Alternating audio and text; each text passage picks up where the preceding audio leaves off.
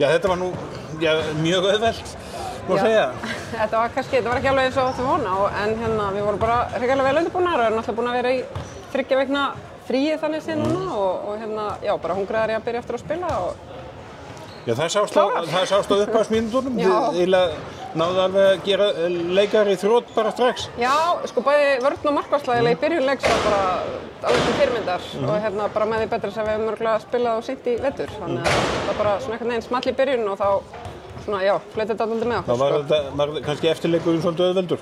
Já, það má segja það, sko. Já, það brjótaði svona, ykkur tókst að brjóta hann við. Já.